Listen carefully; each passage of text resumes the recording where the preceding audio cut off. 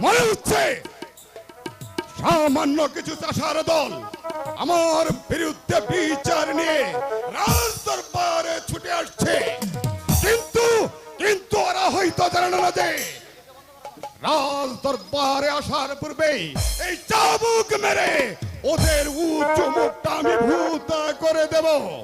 তবেই তবেই আমার নাম সেনাপতি ভীম সিংহ নয়। কোথায় কোথায় আমাদের দণ্ডমণ্ডের মালিক? বিচার করুন, নারী হত্যাকারীর বিচার করুন। কার বিচার? তোমার, তুমি আমার স্ত্রীকে দুনিয়ার বুক থেকে সরিয়ে দিয়েছো। বলো জল্লাদ, বলো কোন অপরাধে তুমি আমার স্ত্রীকে নির্মমভাবে হত্যা করেছো? রাজ কর্মচারীকে অপমান করার অপরাধে। তাই তাই বলে তুমি তাকে হত্যা করবে? সেনাপতি ভীম সিংহ কোনদিন একটা কাল সাপিনীকে বাঁচতে দেয় না, কারণ সুযোগ পেলেই সে আবার ফেনা ধরবে। কাল সাপিনীকে আঘাত না করলে কখনো ফনা তুলতে পারে না শয়তান। শুনেছি তাই। তুমি আমার স্ত্রীর ইজ্জত নিতে উদ্যত হয়েছিলে কেন? ওর অপমানের জবাব দিতে। কি সেদিন আমি বাড়িতে ছিলাম না, নইলে পরের স্ত্রীর ইজ্জত নিতে উদ্যত হলে আমি তোর জীবনের লীলা শেষ করে দিতাম। এই এই চাবুকের আঘাতে আমি আমি তাকে পিষিয়ে মারব।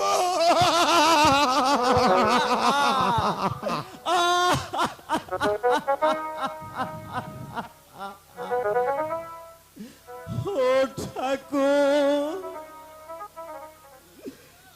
এই কি অন্যায়ের প্রতিবাদ করার বিচার? আমরা গরিব মূর্খ 3 দিন অনাহারে থাকার পর এই এই কুলের শিশুটা আধ কাতর হয়ে পড়ে আছে দেখে এক ফোঁটা দুধের সন্ধানে বের হলে, আর সেই সুযোগে এই শয়তান সেনাপতি ভীম সিংহ আমার আমার স্ত্রীর ইজ্জত নিতে উদ্যত হয়। আমার স্ত্রীর বাধা দিতেছিল বলে তাকে করে নির্মম ভাবে হত্যা।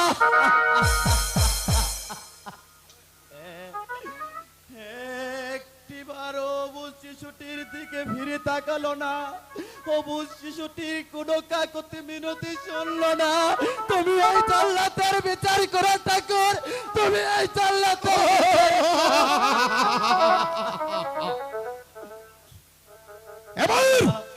এবার নিজের শাস্তির কথা চিন্তা কর নির্বোধ।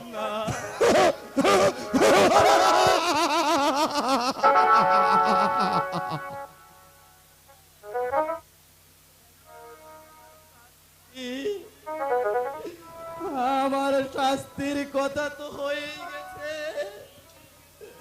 স্ত্রী এলো, শিশুটিও আজ তার মাকে হারিয়ে মরণাপন্ন। তারপর তুমি আমায় কি শাস্তি দেবে আর কি শাস্তি দিবে? শাস্তি আছে, আরো আরো কঠিন শাস্তি তোমার জন্য আছে। না, আগে আগে তোমার ওই সন্তানটিকে আমি আমি তোমার বুক থেকে কেড়ে নেব। তারপর তারপর ওকে নির্মম ভাবে হত্যা করব। রাখছি। আদেশ করুন হুজুর। না না না, ওকে তুমি মেরো না, মারতে হয় আমাকে এই দুঃস্ব পৃথিবী থেকে সরিয়ে দাও, তবু এই কচি শিশুটিকে তুমি বাঁচতে দাও।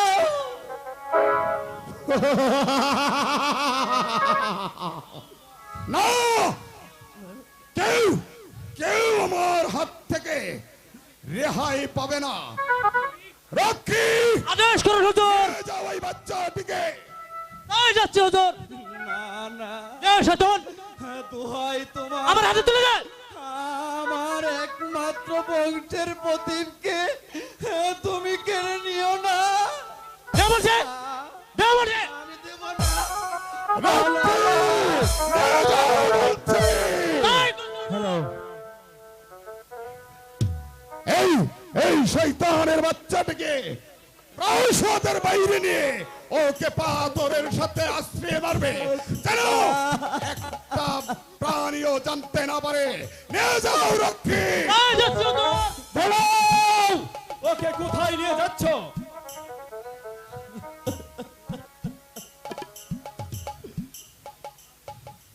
জমালয়ে পাঠাবে। আরে বলবে তোমাকে জমালয়ে পাঠাবো। তুমি বাঁচান হুজুর, আমার একমাত্র সন্তানকে আপনি বাঁচান। বলো বলো সেনাপতি, কোন অপরাধে এই নিরীহ মানুষের প্রতি এত নির্যাতন? ওর স্ত্রী আমার গায়ে জুতা ছুড়ে মেরেছিল বলে তাই তাই এর পাল্টা জবাব দিচ্ছি। মিথ্যা কথা, সবই মিথ্যা কথা হুজুর।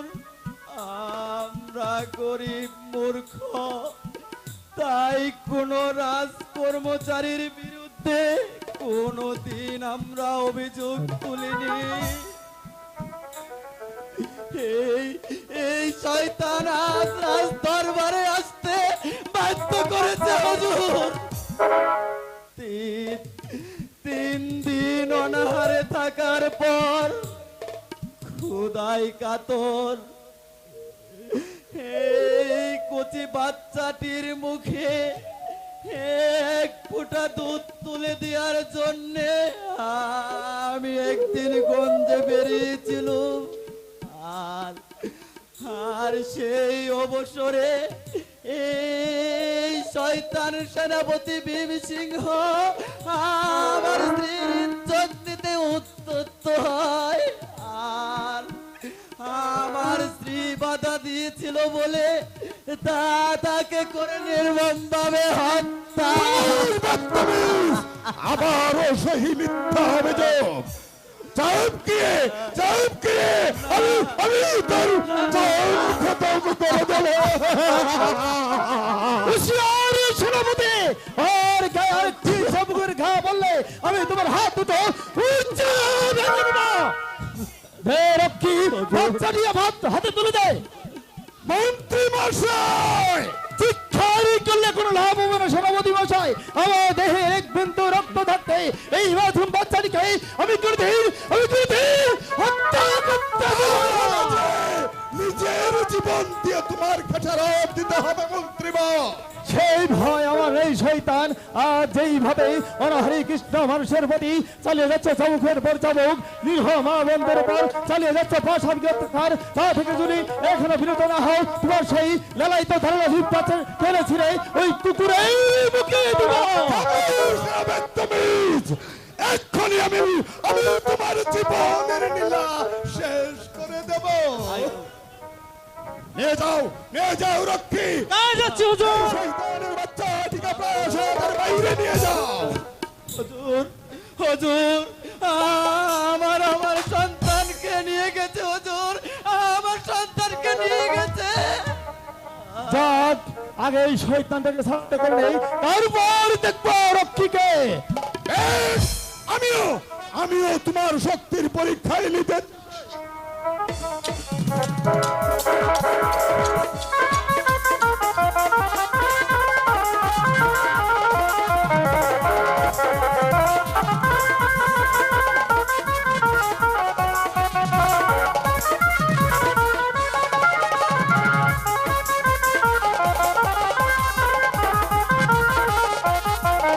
আবার ইচ্ছা করলে তোকে হত্যা করতে পারি শয়তান, কিন্তু তা করব না।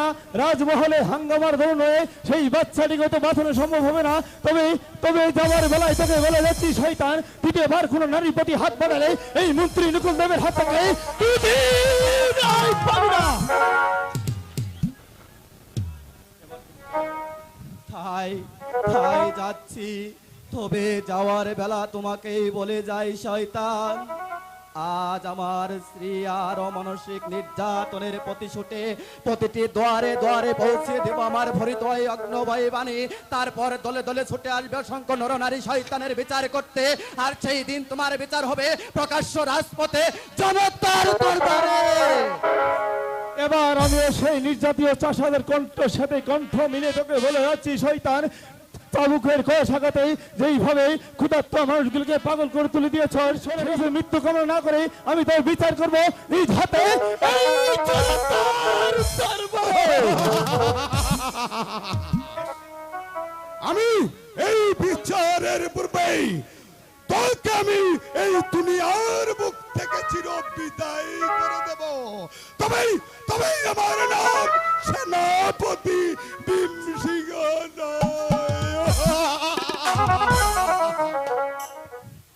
এবার আমার তরবারির আঘাতে রক্ষীকেও জীবন দিতে হলো, কিন্তু তবু অবু শিশুটি আজ শয়তানের হাত থেকে আজ মুক্ত।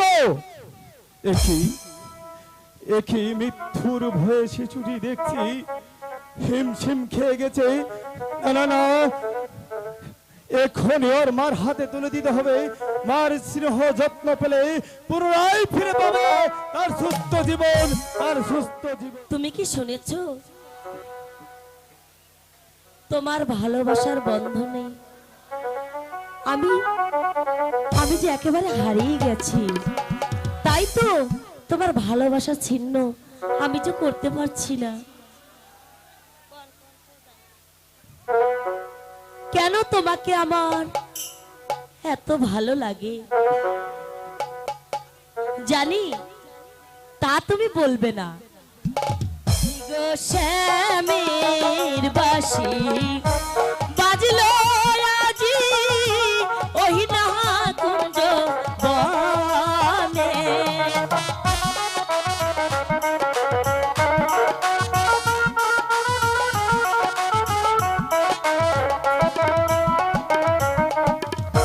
বাঁশির সুর বাজলো আজি রাধিকার মোহনে গো, রাধিকার মোহনে।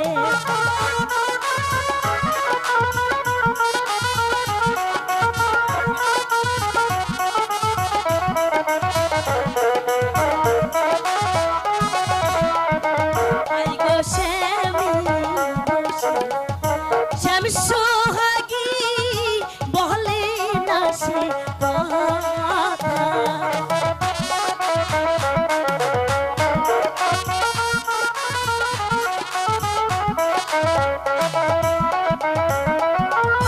কৃষ্ণ কৃষ্ণ ডাকে আজি দাও আমারে দেখা গো, দাও আমারে দেখা।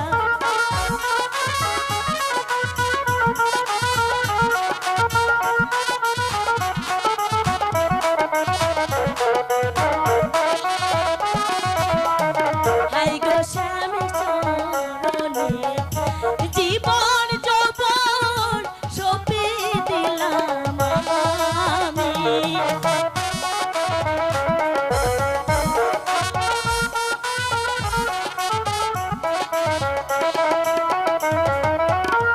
শ্যামের দেখা পাইলে আজি বলবো মনে কথা গো, বলবো মনে কথা। ওহে তোমার রূপ দেখা মরি, জল বরিতে যাইব সন্ধ্যা বেলায় গো, জল বরিতে যাইব সন্ধ্যা বেলায়।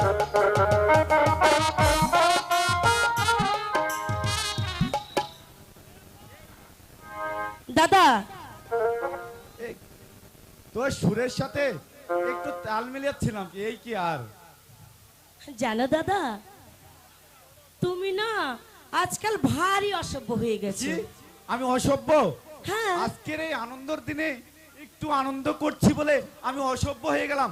যাক, তাহলে আর বলছি না। আরে আরে শোনো শোনো শোনো, কোথায় যাচ্ছ দাদা? সে বললে না তো কি আনন্দের কথা? তোর খুশির সংবাদ। খুশির সংবাদ? জি। বলো না দাদা, আমার লক্ষ্মী দাদা, বলো না। না, আমি বলবো না। না, তোমাকে বলতেই হবে, না বললে আমি তোমাকে ছাড়ছি না। বলো বলো বলো, আরে বলো না। তাহলে শোন, রাধার প্রেমে শ্যামকে শক্ত করে একটা ব্যবস্থা যে হয়েই গেছে। কি এসব বাজে বাজে কথা বলছো? কিসের শ্যাম আর কিসেরই বা রাধা? আমি তো কিছুই বুঝতে পারছি না। আহা! আরে বোকা মেয়ে, এত সহজ কথাটা তুমি বুঝতে পারলে না? মহারাজ, বাবা মহারাজ চঞ্চল কুমারের সাথে তোমার বিয়ের ব্যাপারটা বাবার সাথে পাকাপাকি করে ফেলেছে। সত্যি বলছো দাদা? সত্যি না, তুমি কি মিথ্যা বলছি রে বোকা মেয়ে? সত্যি বলছো? জি জি। না না, আমি তোমার কথা বিশ্বাস করতে পারছি না। আমি আসছি দাদা। এই কই চলে যাচ্ছিস রে? ও, বিয়ের সংবাদ শুনে ওই কুঞ্জবনে ছুটে যাচ্ছ নাকি রে? দাদা, ভালো মানে আমাকে বলেছি। মিষ্টি খাওয়াবে না? মিষ্টি কেন খাওয়াবো? এত পরিশ্রম করে এত রাজার পুত্রবধূ হবার সংবাদটা নিয়ে এলাম, আর তুই আমাকে মিষ্টি খাওয়াবে না? একেই বলে নিজের খেয়ে পরের উপকার করতে নেই। উপকারটাকে তুমি সাধে করেছো দাদা। আমি যদি রাজার পুত্রবধূ হই আর তুমি হবে যে তার সুমন্দি, হ্যাঁ? এটা কি মিষ্টি খাওয়ার চাইতে কম হলো দাদা? এটা তো আগে ভেবে দেখিনি। তুই রাজকুমারের পুত্রবধূ হলে আমি তো তার সুমন্দি। যাক, তাহলে এই সুখ সুখ আমি এই শুভ সংবাদটির জন্য বাবাকে একটা প্রণাম দিয়ে আসি। ও হে সুন্দরী, তোমার রূপ দেখা। দাদাটা জানো কি, রোজ এসে এসে আমাকে জ্বালাতন করে। ওগো শুনেছ দাদা কি বলে গেল? আজ নাকি তোমার সঙ্গে আমার না বলবো না।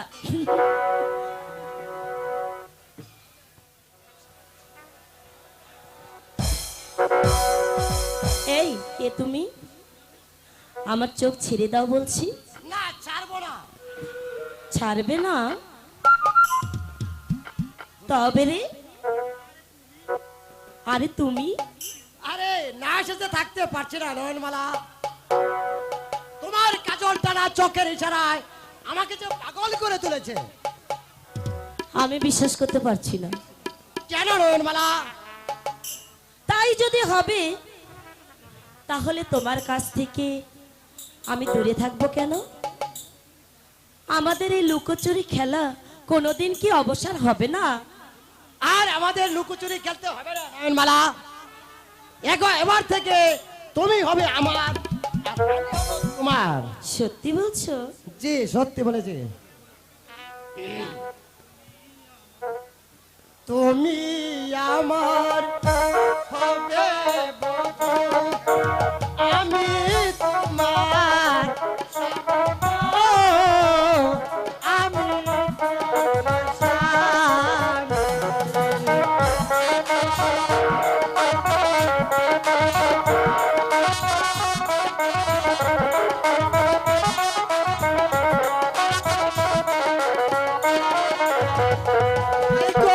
তোমায় নয় করবা দিব জীবনের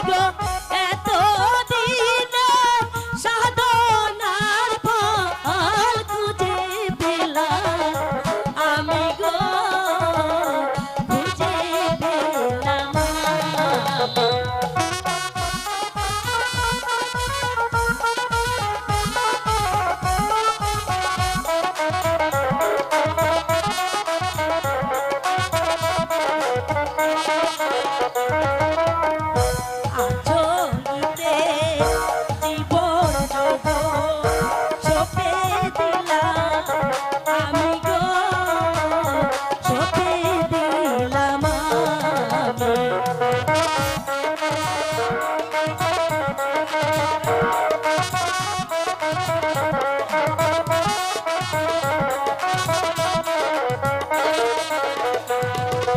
চিরদিনের সাথী কন্যা রাখবো যে মারে গো, রাখবো যে তোমার।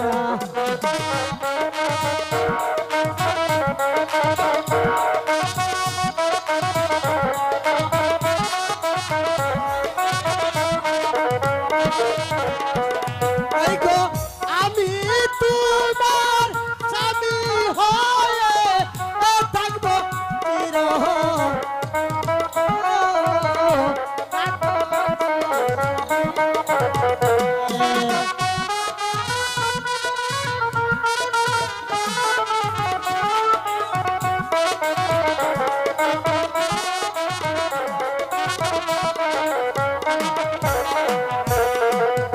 তুমি বিনে এই অভাগী আর তো কেহ নাই গো, আর তো কেহ নাই।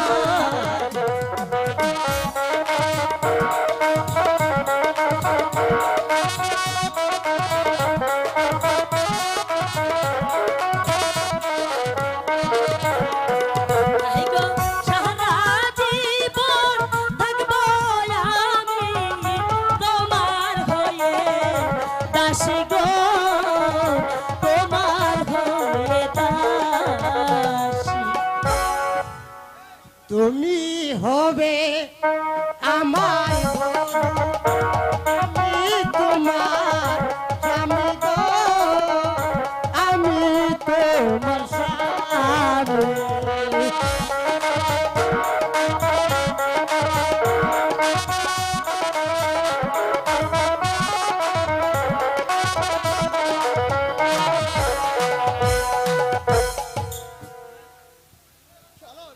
এই জানো নয়নমালা, তোমাকে খুশি করার জন্য আমার যে সকল চেষ্টা, কুমার এবার আমি আসি নয়নমালা।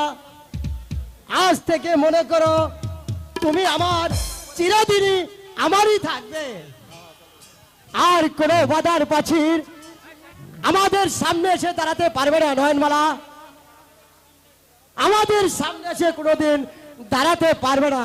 কুমার মালা, নয়ন, কুমার নয়ন, নয়ন, কুমার নয়ন, নয়ন। সত্যি আজ আমাদের ভালোবাসা সার্থক, কিন্তু এত সহজে যে এর একটা ফাইসালা হয়ে যাবে তা আমি কোনোদিন ভাবতে পারিনি। আজ একটা ফয়সালা আমাকে করতেই হবে নয়নমালা। কিসের ফাইসালা? তোমার সাথে আমার বিয়ের। আপনার সঙ্গে আমার বিয়ে? এ নয়নমালা, এবার বলো তুমি আমাকে বিয়ে করতে রাজি কিনা? না, নয়নমালা দ্বিতীয়বার কোনো প্রশ্নের জবাব দিতে জানে না। এই রক্ত! বিয়ের কথা যে পাকাপাকি হয়ে গেছে রঘুপতি। কে সেই বীর পুরুষ যে নয়নমালাকে এই রঘুপতির হৃদয় থেকে ছিনে নিতে চায়? রাজপুত্র চঞ্চল কুমার। অসম্ভব! তোমাকে পাওয়ার জন্য প্রয়োজন হলে আমি তাকে হত্যা করতে বাধ্য হব। তার পূর্বে তোমাকে হয়তো এই দুনিয়া থেকে বিদায় নিতে হবে। নয়নমালা, তুমিও জেনে রেখো এই রঘুপতি বেঁচে থাকতে এই বিয়ে আমি কিছুতেই হতে দেব না। আর তোমারও জেনে রাখা উচিত যে তোমার মনি, তুমি তার আজ্ঞাবাহী গোলাম। গোলাম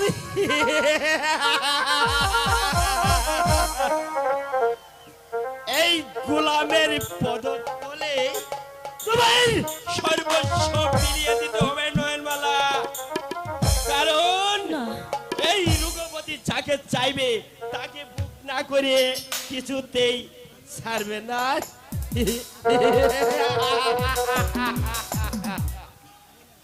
সে বাসনা কোনোদিন তোমার পূর্ণ হবে না। নারীকে যারা ভোগের সামগ্রী বলে মনে করে তারা কখনো সতীর ভালোবাসা পায় না, পায় শুধু অপমান, লাঞ্ছনা, এই কি ঘৃণা। তোমার শেষ কথা? হ্যাঁ হ্যাঁ, এটাই আমার শেষ কথা। বেশ, আমি তোমাকে এক্ষুনি বুঝিয়ে দিতে চাই এই রঘুপতিকে অপমান করার প্রতিফল কত ভয়ঙ্কর। দাদা আমাকে এই শোনা, আমাকে কোথায় আছো? আমাকে বাঁচাও। এবার বলো তুমি আমার প্রস্তাবে রাজি কিনা? না না না। সাবধান লম্পট, এবার পাল্টা চাবুকের গা সহ্য করে নে। কে আমাকে চাবুকের আঘাত? আমি এ যদি কি তোর করছে দাদা? হাত যদি উঠছে ভেঙে না দিচ্ছি তবেই পিঠাই আমি ক্ষত্রিয় সন্তান নয়। সেই সুযোগ তোকে দেওয়া হবে না শয়তান। আজ আমার বোনের গায়ে হাত তুলে আমার মাথায় খুন চাপিয়ে দিয়েছিস, তাই এই চাবুকের আঘাতে নাগপুরের মাটির সাথে তোকে মিশিয়ে দিয়ে প্রমাণ করে যাবো যে নারীর ইজ্জত নিয়ে ছিনিমিনি খেলে তাদের এই শাস্তি মৃত্যুর না। না দাদা না, ওকে তুমি মেরো না। কুকুরে কামড়ালেও কুকুরকে পাল্টা কামড় দেওয়া যায় না দাদা, তাই ওনাকে ওনাকে তুমি ক্ষমা করে দাও ভাই। জয় শয়তান, আমার বোনের অনুরোধে আজ তোকে আমি ক্ষমা করলাম, তবে ভবিষ্যতে যদি কোনোদিন নারীর প্রতি কামনার দৃষ্টি নিয়ে থাকাস তোর চোখ দুটো আমি উপড়ে নেব। বেশ, তবে তুমিও জেনে রেখো চন্দন, আমি চলে গেলেও এই অপমানের প্রতিশোধ আমি লেবই।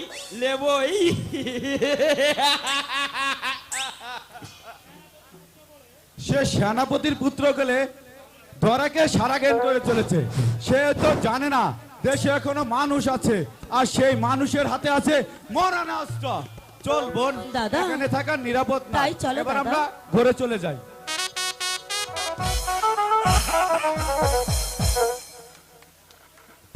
যে লাল চাঁদকে সবাই একদিন সমাজের শিরোমণি বলে সম্মান করত, সেই যে লাল চাঁদের অন্তর ছিল গঙ্গা জলের মতো পবিত্র, সেই লাল চাঁদ আমাদের ডাকাত। কিন্তু কেন কার ষড়যন্ত্রে আমি এই কিন্ন পথ বেছে নিলাম, এর জবাব কেউ দিতে পারবে না। আমি তাই তো প্রতিশোধের নেশায় সমাজের বুকে ঘৃণ্য হিসেবে পরিচিত, কিন্তু মাতাল আর ডাকাত বলে আমি পরিচিত না। না না না না, সর্দার হইতে এগোতে এসে পড়বে, সর্দার আসার পূর্বে আমাকে যে বদলটা শেষ করতে হবে।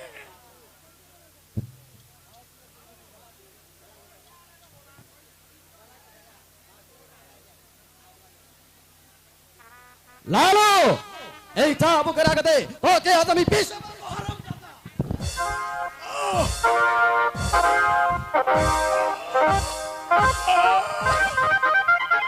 সর্দার, তুমি আমাকে মারলে। হ্যাঁ মেরেছি, এবার তোকে আমি একেবারে টানে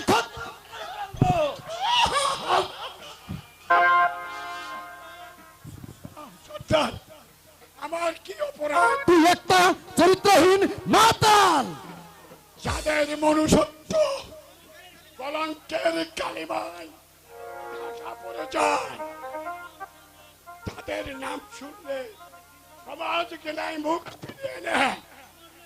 আর আর আমি সামান্য একটি মদ খেতে গিয়েছি, এটা কেন অপরাধ হবে সর্দার? হ্যাঁ, সমাজ আমাদেরকে ঘৃণায় ধুৎকার দিলেও, ঘৃণ্য ডাকাত বলে তিরস্কার করলেও, এই কালো ডাকাতের ধর্ম হবে নির্পূজা। আর অন্যায়ের প্রতিবাদ করে বোকা মানুষের মুখে এক মুঠো অন্ন তুলে দেওয়া। তাই আমার এই নীতির বিরুদ্ধে যেই কাজ করবে তাকে আমি এই দুনিয়ার বুক থেকে নিশ্চিহ্ন করে দেব। আমার অপরাধ ক্ষমা করো সর্দার। এই এই আমি তোমার পাশে শপথ করছি, আর কোনোদিন তোমার নীতির বিরুদ্ধে কাজ করবো না, করবো না। বেশ, তবে তুমি আমার আদেশ চিরদিন মনে রাখবে। সর্দার, তাই তো আমি তোমার দলে ভর্তি হয়েছি। হয়তো কোন প্রতিহিংসার বশবর্তী হয়ে তুমি এই দস্যুবৃত্তি গ্রহণ করছো, তাই না সর্দার? সরল সোজা মানুষ, হ্যাঁ হ্যাঁ হ্যাঁ, আমি একদিন তাই ছিলাম রে লালু, আমি একদিন তাই ছিলাম। কিন্তু কিন্তু সর্দার, তোমার মনের ভাষায় বুঝতে পেরেছি তুমি অত্যন্ত একজন ভালো মানুষ ছিলে। তুমি এবং শুনবি, একজন সৎ- তুই শুনবি, হ্যাঁ, বলো শোন। বলো সর্দার। আমি ছিলাম এক ক্ষত্রিয় মণ্ডল, ক্ষত্রিয় হলেও ছিলাম বড় গরিব। কঠোর পরিশ্রম করে স্ত্রীর অন্ন বস্ত্র আর শিশু কন্যার দুধ জোগাড় করতাম।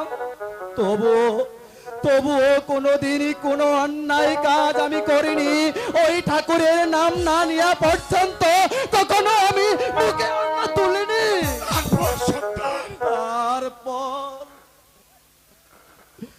3 দিন অনাহারে থাকার পর খোদাই কাতর কচি কন্যাটির মুখে এক ফুটো দুধ তুলে দেওয়ার জন্যে আমি একদিন গঞ্জে বেরিয়েছিলাম। আর সেই সুযোগে শয়তান সেনাপতি ভীম সিংহ আমার স্ত্রীর ইজ্জত নিতে উদ্যত হয়। আমার স্ত্রী বাধা দিয়েছিল বলে তাকে করে নির্মমভাবে হত্যা।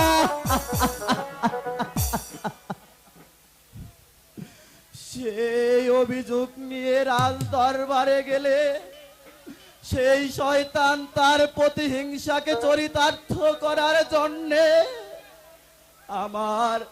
আমার একমাত্র কন্যাকে করলো হত্যা, আর আমাকে মারলো চাবুকের পর চাবুক। সেই দিন স্ত্রী কন্যাকে হারিয়েও আমি বিচলিত হইনি। আমার হৃদয়ে জ্বলে উঠে প্রতিহিংসার আগুন। খুনের নেশায় মাথায় রক্ত উঠে চাই, তাই তো সেই প্রতিশোধের নেশায় বর্জ্য কঠোর শপথ নিয়ে ঢাকায় 4 থেকে আমি হলাম কালন্ত ডাকাত। ভেরি গুড সর্দার। সর্দার, হ্যাঁ হ্যাঁ হ্যাঁ, আমি সর্দার, আমি ডাকাত, আমি হলাম সেই অত্যাচারী মানুষ আর জানোয়ারদের কালন্ত দুশ্মন।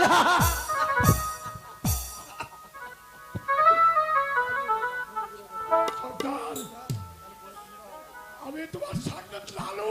ইমদুল্লাহ। আমাকে করেছি বদল কেন? জানিস লালু,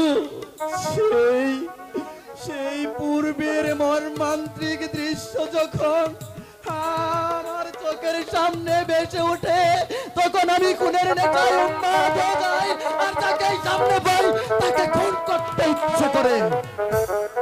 এই প্রতিহিংসা নেই, আমি তোমার দলে যোগ দিয়েছি সর্দার। বলিস কি লালু, তুইও কি তাহলে? আমি সেই নির্যাতিত মানুষের প্রদত্তা। জানিস লালু, ওই ভগবানের দরবারে যারা অন্যায়ের বিচার চেয়েও পায়নি নেই বিচার, তারাই আজ আমার দলে। তাই আমি তার স্বরে ঘোষণা করছি, ওরে স্বার্থবাদী মানুষ, বড় লোকের দল, তোরা টাকার পাহাড়ে বসে গরিবের রক্ত চুষে খাচ্ছিস। হুঁশিয়ার হুঁশিয়ার শয়তান, দুনিয়ার মানুষ তোদেরকে ক্ষমা করলেও এই কালো টাকা তোদেরকে কখনো ক্ষমা করবে না। চল শালা চল, বল শালা বল। সর্দার, আমাদের রাজ্যে তার বেশে গোরা মারবা করছে, আর মনে হয় এই শালা আমাদের কোন শত্রু হবে। বল শালা বল। সত্তর, আমি কি বলছো? আমি যে আর চৌকের গা সইতে পারি না সত্তর। তাহলে বল তোর আসল পরিচয়। পরিচয় মানে আমি এক নিরীহ মানুষ। মিথ্যা কথা হচ্ছে, সে হলো কোন রাতের গুপ্তচর। হ্যাঁ, বল কে তুই, বল সেটা।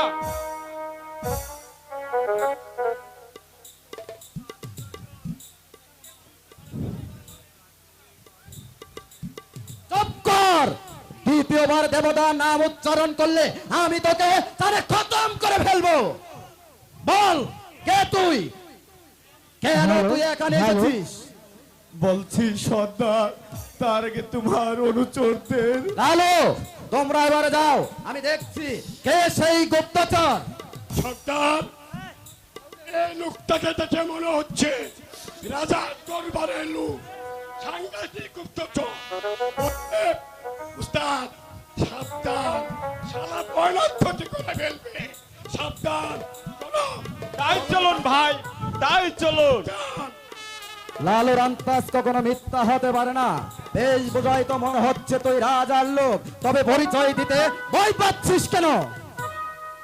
রাজার লোকের উপকারিতা বেশভূষায় রাজকীয় পোশাক না হইলে তুমি হয়তো বিশ্বাস করবে না সর্দার। তাই বেশভূষায় রাজার লোক বলে মনে হলো আমি তোমার সাহায্য প্রার্থী সর্দার। কিসের সাহায্য? সেনাপতির প্ররোচনায় মন্ত্রী নকুলদেব বন্দী। বললে নকুলদেব বন্দী? সর্দার, আগামীকাল সেই বিচার সভা আমি সেই শয়তানের হাত থেকে মুক্ত করতে সর্দার। দেওয়ান, যে মহান ব্যক্তির প্রচলনায় আমি একদিন শয়তানের হাত থেকে মুক্তি পেয়েছিলাম, সেই শয়তান আজ কারা যন্ত্রণা ভোগ করছে। না না না, কালো ডাকাত সমাজের কলঙ্ক হতে হলে উপকারের প্রতিদান দিতে কখনো ভুল করবে না। সেই জন্যই তো তোমার কাছে এই সংবাদটা নিয়ে এলাম সর্দার। তুমি পারো তাদের এই শাস্তির হাত থেকে রক্ষা করতে সর্দার। যাও যুবক, সেই মন্ত্রী একদিন আমার জীবন বাঁচিয়েছিল, তাই আজ আমার জীবনের বিনিময়ে হলেও সেই মন্ত্রীকে আমি রক্ষা করব। বেশ, তবে যাওয়ার বেলায় তোমাকে বলে যাচ্ছি, সমাজের মানুষ তোমাদের ঘৃণ্য ডাকাত বলেও জানলেও তুমি আসলে সমাজের জন্য ঘৃণ্য ডাকাত নয়, দেবতা দেবতা। শয়তান ভীমসিংহ, তোমার শেষ সময় ঘনিয়ে আসছে। এবার কালো ডাকাত আসছে তোমার আস্থানায়, তারপর তোমার সমস্ত কুকর্মীর কাজ আমি এই জনতার মাঝে তুলে ধরব। তারপর ঘৃণায় লজ্জায় তুমি একেবারে হয়ে যাবে শেষ।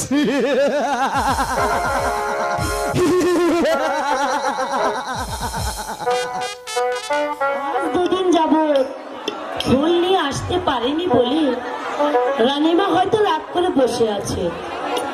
আর রাগ হবে না কেন? আমার হাতে ফুল না পেলে রানীমা যে পূজায় সম্পন্ন হয় না। যাকে 2 দিন না আসার অপরাধে রানীমার কাছ থেকে আমি ক্ষমা চেয়ে নেব। কিন্তু এই মালা দুটো আমি কোথায় লুকাবো? রানীমা তো আবার বুঝবে না মালাটা আমি কার জন্য গেঁথেছি। আর যদি জেনেই ফেলে তাহলে বলবো কুমারের জন্য। না না, তাও তো মুশকিল। তাহলে হাসিবে কি সে লাগন মোর জীবনে, মিলনের সাথ জাগে বন্ধু কুঞ্জবনে, তোমার সানে মিলনের সাথ জাগে বন্ধু। আসিবে কি সে লগন মোর জীবনে,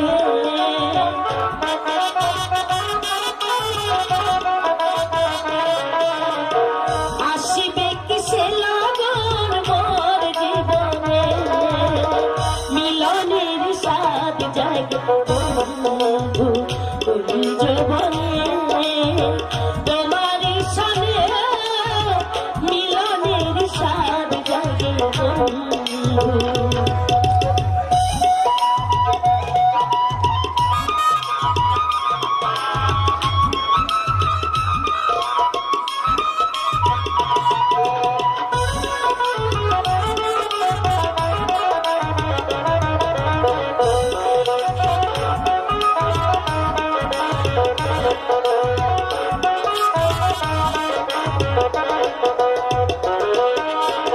তুমি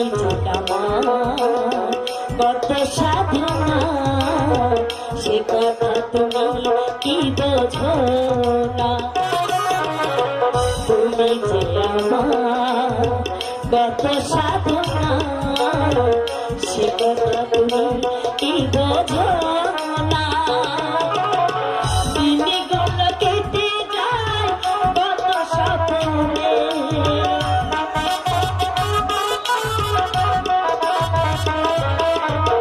দিনগুলো কেটে যায় কত স্বপ্নে, মিলনের সাথ জাগে বন্ধু কুঞ্জবনে, তোমার সাথে মিলনের সাথ জাগে বন্ধু।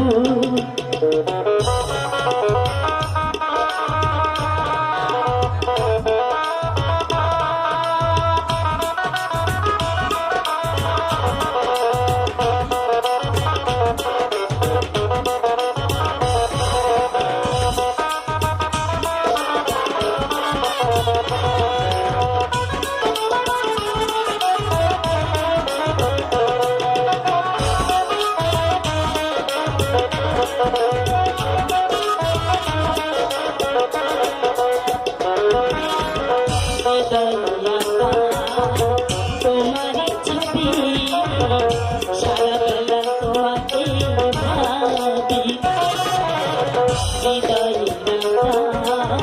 তোমার ছবি সারা বেলা তোমাকে খুঁজি, জানি না তা পূর্ণ হবে কেমনে,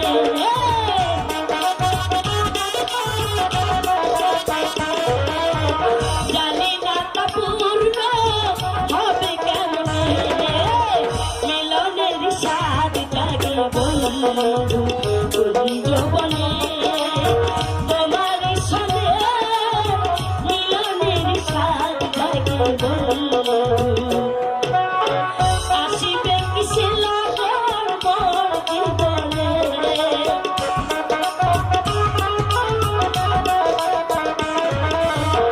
আসিবে কি সে লগন মোর জীবনে, মিলনের সাথ জাগে বন্ধু কুঞ্জবনে, তোমার সাথে মিলনের সাথ জাগে বন্ধু। রানীমা বলুন, আজ দুদিন যাবৎ আমি তোকে দেখিনি, একটিবারের জন্য আমার কাছে আয়, আমি আমি তোকে আমার প্রাণ ভরে দেখি। শরীরটা ভালো ছিল না রানীমা, তাই তো আমি 2 দিন ভুল নিয়ে আসতে পারিনি। তুই সামান্য হলেও তুই যে আমার মেয়ের মতো মা। এই সামান্য মেয়ের জন্য আপনারা তো মাতৃভক্তি কেন মা? বারে আমি বললাম তো তুই সামান্য হলো, তোর ওই অসামান্য মাতৃভক্তি আমার কাছে খুব ভালো লাগে। তাই তো তোর জন্য আমার আমার মনটা যেমন চঞ্চল করে মা। রানীমা, রানীমা নয়, বল মা, শুধু আমি তোর মা। মা, হ্যাঁ মা, মা, মা গো মা, ও গো মা, আমারে বানাইলা তুমি দিওয়ানা। মা গো মা, ও গো মা, আমারে বানাইলা তুমি দিওয়ানা। মা গো মা, ও গো মা, আমারে বানাইলা তুমি দিওয়ানা।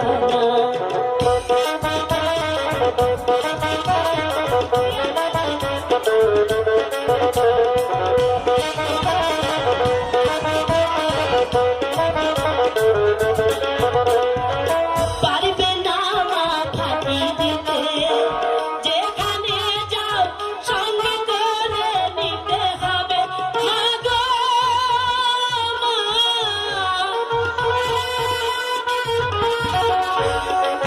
পারবে না মা ফাঁকি দিতে, যেখানে যাও সঙ্গে করে নিতে হবে।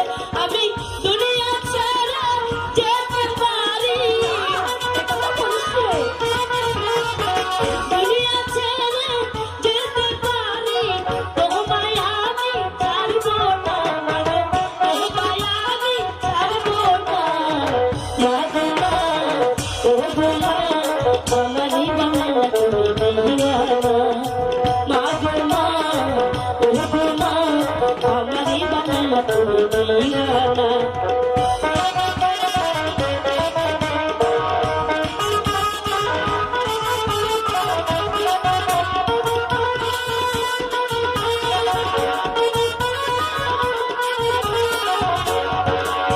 মনিরাম তোমার কোলে যাবো কাশি, সঙ্গে নিও আপন করে।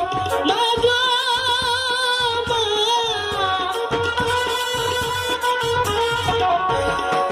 জন্ম নিলাম তোমার কোলে, স্নেহ মায়া আদর করে যত্ন করে।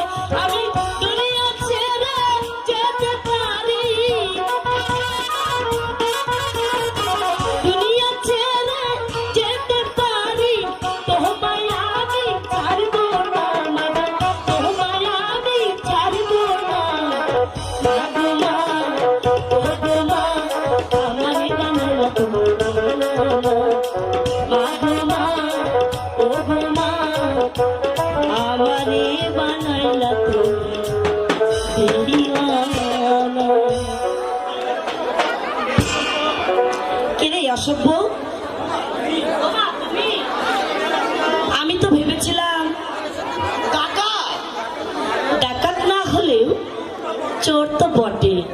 কি আমি চোর? 100 বার। আমি আবার কি চুরি করলাম? তাও কি বলে দিতে হবে? চুরি করে আবার বোকা সাজা হচ্ছে, তাই না? বারবার চোর বলতে ভালো হবে না বলছি। চোরকে চোর বলবো বলবো বলবো। আজ তোমাকে বলতে হবে আমি কি চুরি করেছি, নইলে ভদ্রলোককে চোর বানানোর শাস্তিটা তোমাকে দেখিয়ে দেব। বলবো? বলো। হাই গো মন চুরি করিয়া বন্ধু শিকার করো না।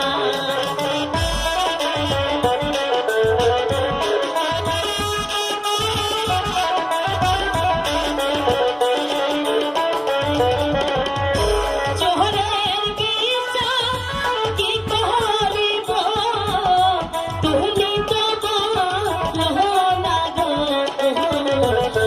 তুমি তো বলো না।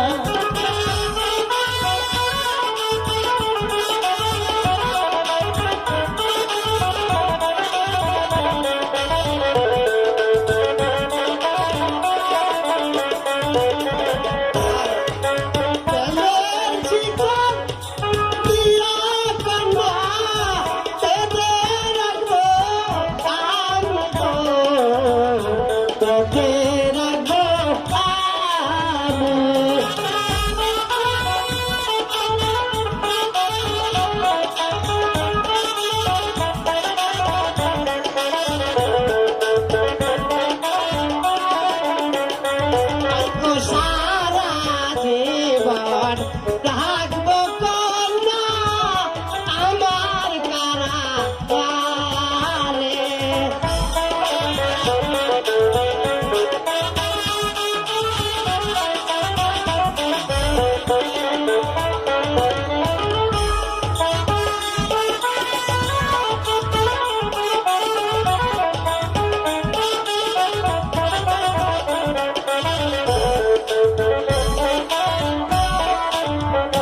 হাই গো প্রেম শিকলে বাধা বন্ধু ধরেছ তুমি।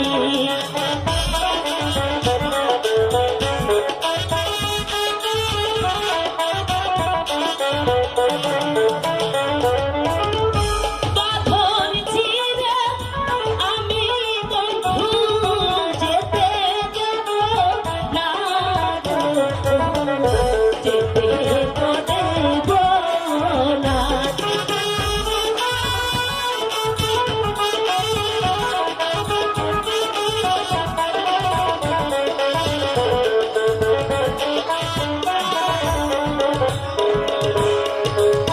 কত মায়ামি ছেড়ে কন্যা যাব না পাখিয়া।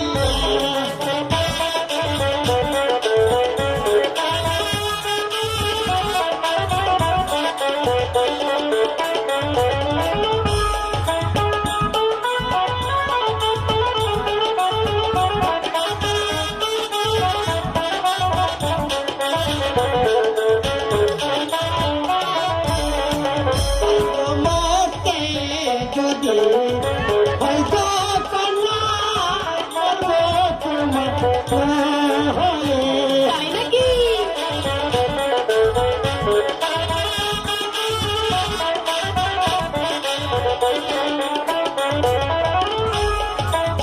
যদি হয়তো তোমার মরবো দুজন মিলে গো, মরবো দুজন মিলে। কুমার কুমার নাম বলো সাথী। সাথী জানেন আর আমাদের মেলামেশার আর কোনো বাধার কারণ নেই। এর অর্থ কি? আমাদের বিয়ের সব ব্যবস্থা হয়ে গেছে নয়নমালা। তার মানে মাত্র আর কটা দিন, তারপর তোমাকে বধূ হিসেবে আমার ঘরে তুলে আমরা সংসার করব। মাত্র 6 মাস আমি প্রাসাদে ছিলাম না বলে সৌভাগ্য প্রজাদের আত্মচিৎকারে আকাশ বাতাস কাঁপিয়ে তুলেছে। কারো পেটে নেই ভাত, পরনে নেই কাপড়, আর কারণে মাথা গোজাবার এতটুকু স্থান। কিন্তু কেন কেন আমার রাজ্যে এত হাহাকার? যাদের চক্রান্তে হোক না কেন আমি সেই জালিমদের কঠোর বিচার করব। করতে হবে মারা। ওই ওই তুলুই দিবস বিচার না হলে আপনার দরবারে শান্তি ফিরে আসতে পারে না মহারাজ। বিচার হবে, সমস্ত অপরাধের বিচার হবে। যে আমার বিচারে অপরাধী তাকেই ভোগ করতে হবে দৈবানের শাস্তি। এবার বলো সিংহ, আমার কর্মচারীদের মধ্যে সেই দুর্নীতি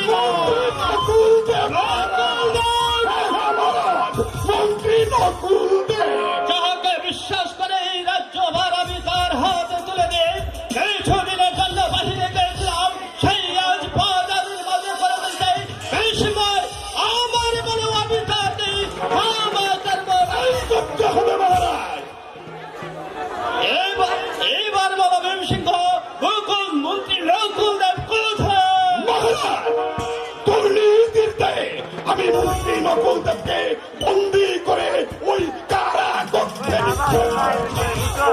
বন্দি করে রেখেছ বাবা। তো আজ আমি তোমার সৎ সাহসের প্রশংসা না করে আমি পারছি না। এবার বন্দিকারী বিচার দরবারে আনার হুকুম করলাম। এই কে আছিস? মন্ত্রী নকুলদেবকে দরবারে পাঠিয়ে দে। বিচার করুন মহারাজ, শয়তানের বিচার করুন। দেশের শয়তান বিনা অপরাধে আমার হাতে শিক্ষক তুলে দিয়েছে সেই শয়তান পুরুষিকা। অপরাধীকে শাস্তি দিন। মিথ্যাবাদী! নিজের দোষ অন্যের ঘরে চাপানোর চেষ্টা করলে আমি আমি চাপকে সাবধান গাতা চাবুকের গা উঠলে আমি তোমাকে হত্যা করব। তুই সামান্য দস্যুরে এত বড় সাহস! সাহস আছে বলেই তো জেনে শুনে সিংহের কবরে প্রবেশ করেছি। বেশ, এসেই যখন পড়েছিস তবে নিজের শাস্তিটা এবার বুক করে যা। আমিও সেই শক্তির পরীক্ষা নিতে চাই শয়তান। বেশ, দেখি কার বাহুতে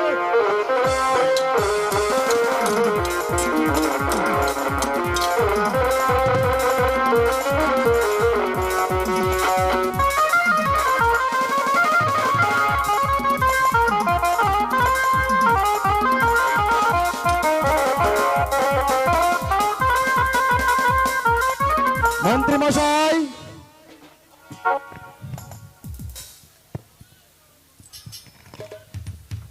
এবার অস্ত্র কানা হাতে তুলে নিন। আমি তাই করছি। এবার চলে আসুন আমার সাথে। আমি তাই করছি। দাঁড়াও। রাজবন্দীকে পালিয়ে যাওয়ার অপরাধে আমার বিচার থেকে তুমি কিছুতেই রেহাই পাবে না। তার পূর্বে বিচার করুন তাকে। 3 দিন অনাহারে থাকার পর 25 শিশুর দুধের সন্ধানে বের হলে যে শয়তান সেই শিশুর মাকে হত্যা করে আমার জীবনটাকে বরবাদ করে দিয়েছে সেই শয়তান শয়তান ভীম সিংহনাথ। আমার দস্যু মিথ্যা বলার অপরাধে আমি আমি তোমাকে হত্যা করব। সে ভয় আমার নেই শয়তান। যার স্ত্রী হলো লম্পটের হাতে নিহত, কচি শিশু দিল অনাহারে জীবন, তার আর কিসের ভয় আর মৃত্যু? সে তো অনেক পূর্বেই হয়ে গেছে, তাই মৃত্যুর ভয় আমার অন্তর নাই শয়তান। এই তবে আমি আমি এই জানোয়ারকে হত্যা করি মহারাজ। শক্তির পরীক্ষা তো হয়েই গেছে, আর কেন? তবেও তুমি জেনে রেখো, তোমার অত্যাচারে রাজ্যের অগণিত প্রজারা পাবে না এক মিঠু ভাত, পাবে না অবলা নারীদের পাবে না এক টুকরো কাপড়, অসুখে ছটফট করে মরবে, পাবে না এক ফুটো ওষুধ। সেই পাপের ভোগ থেকে যদি এখনো বিরত না হও, আজ তোমাকে ক্ষমা করে গেলেও ভবিষ্যতে তোমাকে আমি রেহাই দেব না, আর মৃত্যুই হবে তোমার একমাত্র কাম্য। কে তুমি দর্শক? তোমার দেশপ্রেমিকতার পরিচয় পেয়ে সত্যি আজ আমি যে মুক্ত। কি পরিচয় দিব মহারাজ? একদিন আমার সব ছিল, সোনার সংসার ছিল, মুখে হাসি ছিল, কিন্তু এই শয়তানের চক্রান্তে আজ আমি সর্বহারা নিঃস্বরিক্ত। আর অন্যায়ের প্রতিবাদকারীর মধ্যে আমিও একজন মহারাজ। তবুও তোমার একটা পরিচয় আছে যুবক। পরে বেশভূষায় তুমি ডাকাত হলেও ভিতরে লুকিয়ে আছে এক জাগ্রত দেবতা। না না মহারাজ, আমার পরিচয়, আমি সমাজের ঘৃণ্য এক দুর্দর্শ ডাকাত। চলুন চলুন মন্ত্রী মশাই। তাই চলুন। মহারাজ আমি আমি শয়তান দুটোকে ধরে নিয়ে আসি। থাক, আর বাহাদুরি দেখাতে হবে না। এবার আমি ভালো করে বুঝতে পেরেছি কে সেই চক্রান্তের নায়ক। আর সব কিছু জেনেও বিচার ক্ষেত্রে আমি পরাজিত। তবে তুমিও জেনে রেখো যুবক, আমার অবর্তমানে তুমি অনেক কীর্তি করেছো। আর এগিয়েও না, তাহলে তোমার মৃত্যুকে কেউ রোধ করতে পারবে না।